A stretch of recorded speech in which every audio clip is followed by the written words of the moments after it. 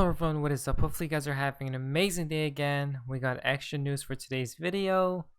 Baba Cooks has tweeted out, I'm just getting started.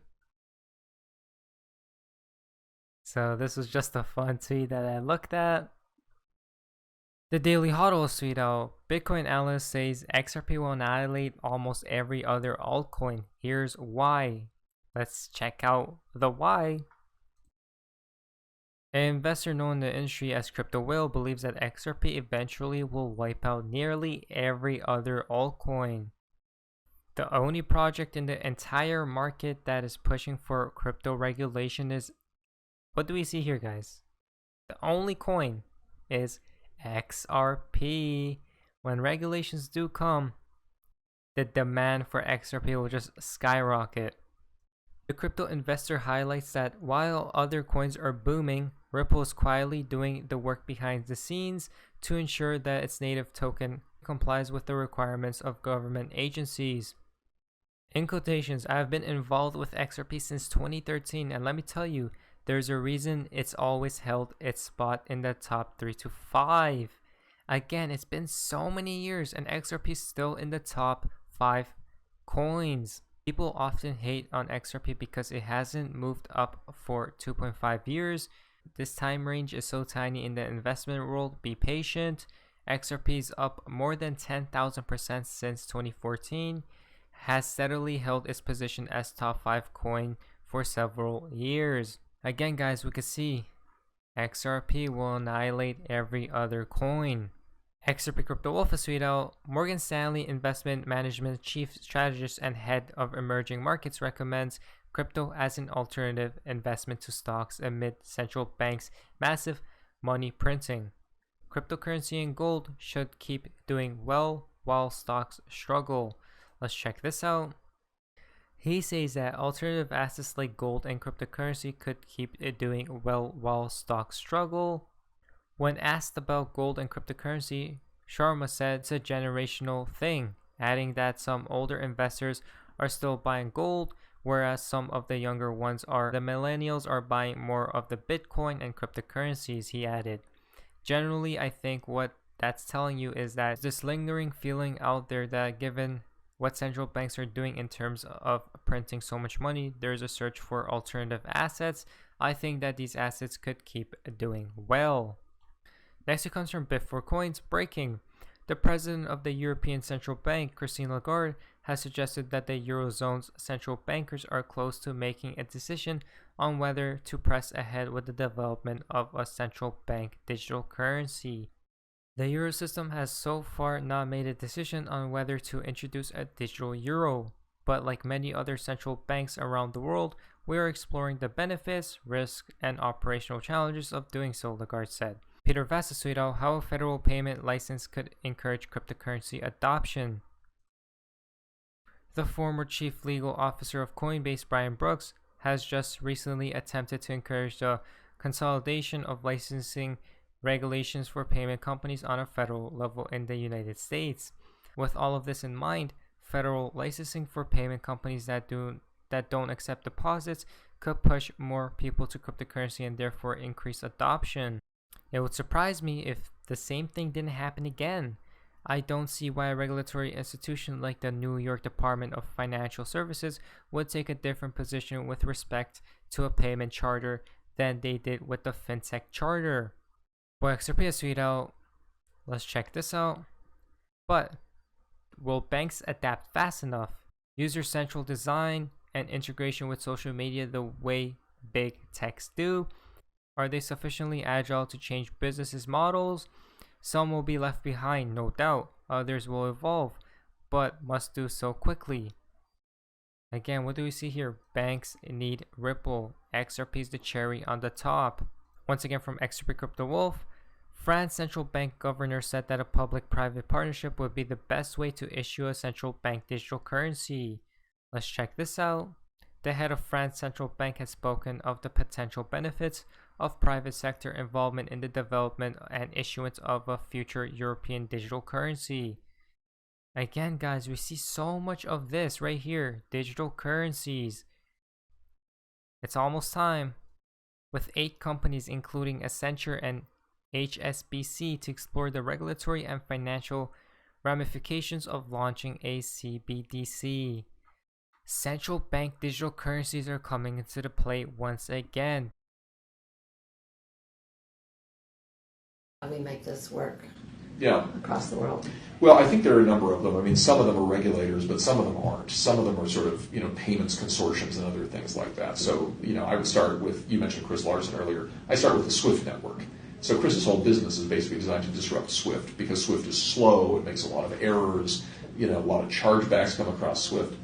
But that's an embedded interest that has to either adopt this or die at some level. And so I think that's really important. In the U.S., you think about Visa and MasterCard, which are the main electronic payment rails for the last 40 years. But they're pretty clunky. Chargebacks are high. Fees are insane. Paying 6% interchange fee to take American Express, that's a big deal. Paying 3% to accept MasterCard and Visa, that's a big deal. Crypto tokens can do that for 20 basis points. So imagine if you could achieve a 95% cost reduction by using a better technology. But they're deeply embedded stakeholder interests that get disrupted by that. So they have to be brought along in some way in order to figure that out. Till now, frankly, U.S. regulators have actually helped China by officially giving clarity to the two protocols effectively controlled by Chinese miners, Bitcoin and Ethereum. That's a mistake. We've got to also give clarity at least, and maybe even support, if this really becomes a tech cold war like it's looking like it will be, to technologies that are more favorable to U.S. and its allies' stewardship of the next-gen global financial system. Otherwise, we face a potential catastrophe. I don't know what the odds are, but there's some meaningful, probability if China was to get control over the next-gen financial system. I mean, that could really be devastating to American power and its allies' ability to make payments to defense payments to an ally. American banks that might be blocked or throttled back on how fast their payments go. You could even see some terrible situation where a U.S. company that has a low Chinese social credit score could be blocked from that new infrastructure. Those are bad outcomes. Even if there's a small percentage chance that happens, we've got to check that to make sure that we're involved and we're competitive as a country. Now, this week and next tweet from Boy XRP once again. Yeah, you're exactly right. I mean, the U.S. has had, and its allies have had this incredible privilege of basically having, the main stewardship, I don't know if you will, control, but power. I mean, incredible advantage by not just the U.S. dollar, but effectively sort of stewardship over the global payment system, global financial system. Huge advantage. But that's benefited other people too, including China. Right. It's interesting. I mean, China could have made a decision at the dawn of the internet to say, nope, we're not going to be part of that. We're going to have our own internet. We'll have two of them. World would have split apart. That didn't happen because they saw it was in their interests, because of globalization benefited China to be part of the main system, even if the stewardship of it, was a great deal in the U.S. and its allies, the West. That's the same thing we face today. I would argue that it's not just important for the U.S. to maintain sort of stewardship of the next-gen financial system. I'd actually argue it's better for everybody, including China. And I think if we play our cards right, like I know we're in this tech Cold War now, but that's going to pass 5-10 years, who knows how long. But I think we can get to a place where China would be comfortable, and then the world is kind of organized in a single system again. And I bet that does involve blockchain technology, interoperability protocols, central bank digital currencies from all the major areas, with probably a virtual currency acting as the bridge, right? Because it's neutral, and it doesn't carry, to your point, it doesn't carry not only the capital controls and the various rules of, let's say, U.S. Treasury, for example, but also doesn't carry, and this is much less the case in the U.S., right? Because it's a liberal economy, right? It's exporting. Hey, everybody's free to do what they want to do economically. It doesn't carry a lot of weight to other countries where a virtual currency doesn't have any of that, right? Because there's no counterparty at all. So virtual currencies will be really key in that kind of a world. But again, imagine if really bad if China says, "Hey, well, you're going to have your system, we'll have ours." Bad for everybody. World gets smaller, gets more dangerous, and really bad if China controls the infrastructure. Because this is the beginning of the greatest economic cycle this country has had since World War II. And I knew the things that Donald would do, and he hasn't even got started. But this is the eye of the motherfucking storm, the perfect storm. It ain't never going to get any better. Never. This is perfect for the QLA model. If I could have written a prescription or a formula, I couldn't have written it any better. Low interest rates, money's free, you stupid. Massive chaos. And Donald's going to rip the mother economy apart. And he's going to for practice in a good way. This is it. It ain't never going to get anything better. This is like a multiple orgasm the rest of your life, you fucking slags that are in the audience. This is it. Sometimes I don't want to hear what Dan has to tell me.